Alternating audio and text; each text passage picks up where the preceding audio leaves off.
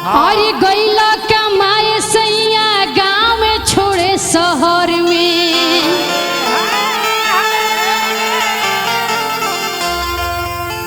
चढ़ली जवानी मोरा मारता छकोरा,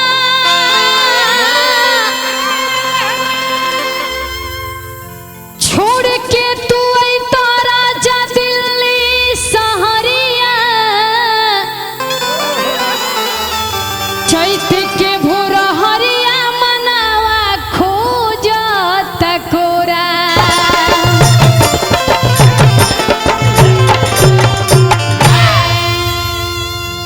बड़ी भाव से औरतिया कहती है के राजा जी अब एको दिन रहुआ बिना अच्छा नहीं खेला गल। कौन भाव से कहती है अरे की बहुत लोग दहिया, अरे जानता लोग कहर गोड़वा जरता राजा जी। हर की बहुत लोग दहिया, अरे जानता लोग कहर गोड़वा जरता राजा जी। शिवानी भाव से अरे हई गोड़वा जरता राजा जी, तो सरसो परसो से खेतावा में, अरे हई झरता राजा जी। कहतिया कि जल्दी आई एकदम आकाज होता। कैसे कहते बहुत लोग दहिया जाता लोग कहर गोड़वा जरता राजा जी, गोड़वा जरता राजा जी। तो सरसो परसो से खेता वे में झरता राजा जी, सरसो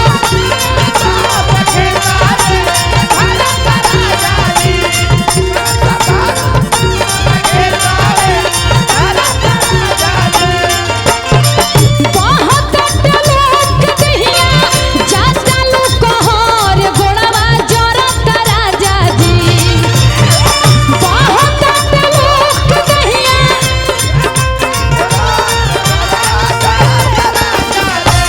गोड़वा जरता राजा जी, तो सरसो परसो से खेत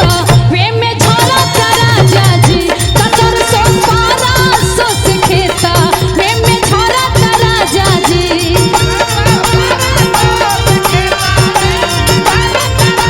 म्याद में म्याद में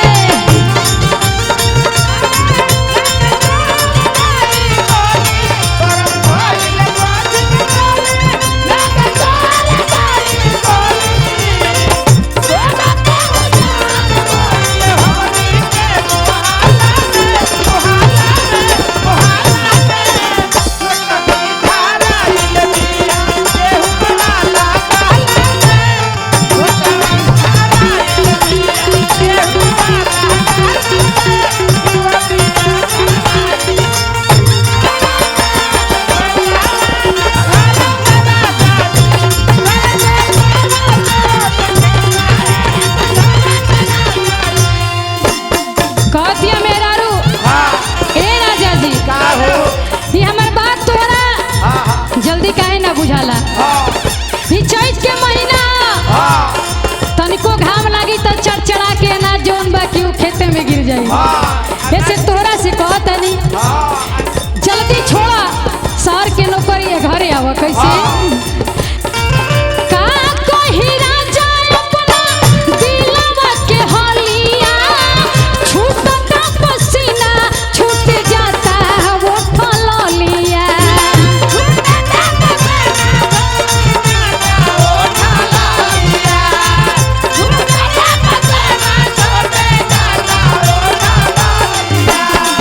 का कही राजा अपना दिलवा के हलिया,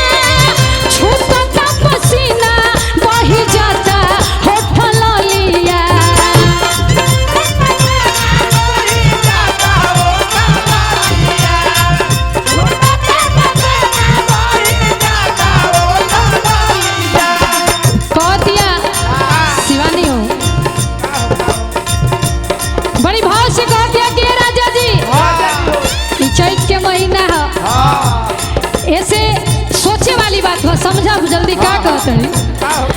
जागो तटे घाम नहीं सहले सहाता जीवा जरत राजा जी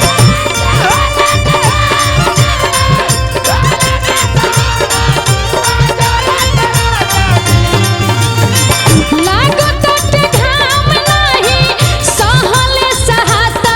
जीवा जरत राजा जी जीवा जरत राजा जी कसरसो परसो से खेता हुए मैं झरत राजा जी कसरसो परसो से खेता मैं झरत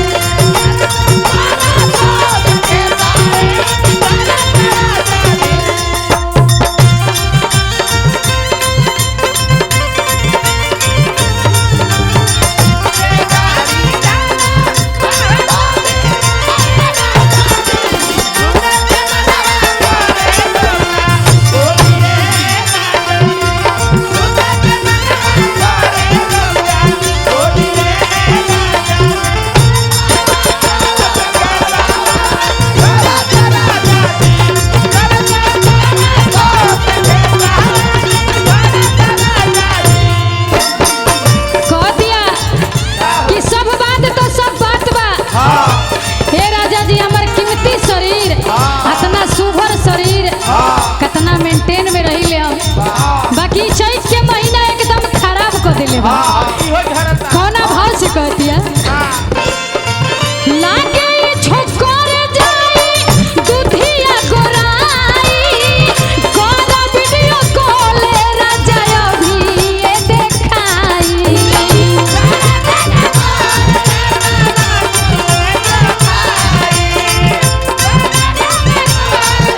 अरे बदला कह दिया लागे ई छोकर जाई दुधिया गोराई कोना वीडियो कॉल राजा है अभी ये देखाई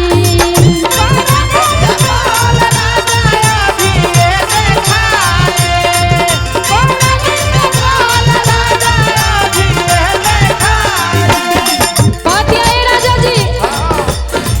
अरे घरे एक तो तू नहीं खा दूसरे में देवर परेशान कैले बा सभे अपना मौज मस्ती में बा कौने भाव से कहती है देवर सुरीला विक्रम लाई किल के पीछा खाली मरत राजा जी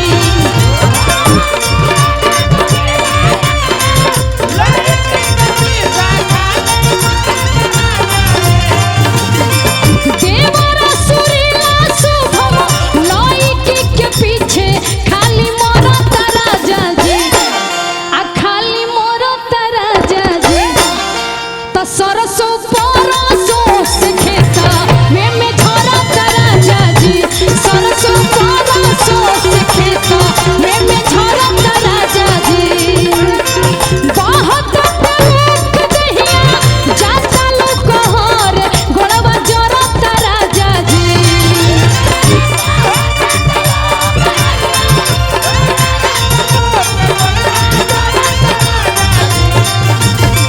बहुत लोग दहिया जाता लोग हर गोड़वा जरत गोड़वा जरत राजा जी त सरसो परसो से खेता वा में झरत राजा जी सरसो परसो से खेता में झरत त सरसो परसो से खेता वा में झरत राजा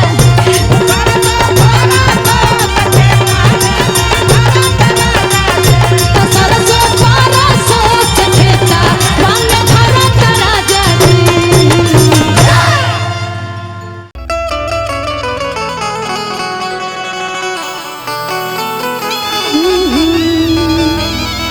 देखी चैत के महीना चढ़ल बा एगो धर्म पत्नी अपना पति देव लागे फोन लगावत दिया मोबाइल से आ कहतिया कि राजा जी रउरा से निहोरा बा कि जल्दी परदेश छोड़ के जौन बा गाँव घर में आ जाई नहीं तो मैं अनाज जौन बा उ खेते में झर जाई कौने भाव से कहती है शीला भाव से अरे के मिसी तीसी के अरे हई काटी गेहूं चनावा हो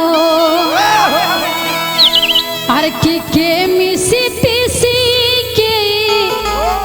अरे हई काटी गेहूं चनावा हो आ छोड़ू के तू आ जालो धियनवा आए सजनवा हो। कोने भाव से कहती है मेरा रू अरुण भैया अरे के मिसी तीसी गेहूं काट गेहूं चनावा हो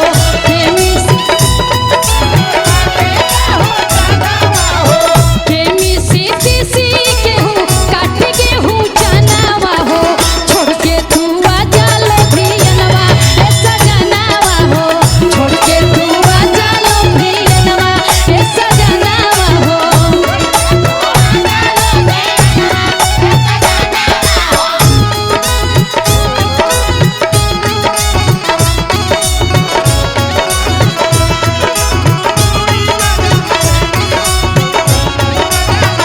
मिजाज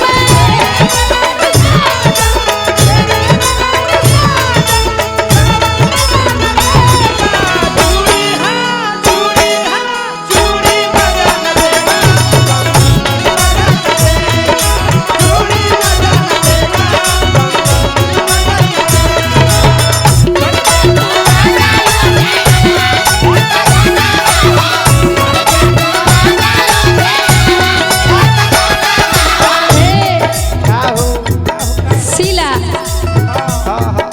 मेरा रू कहती है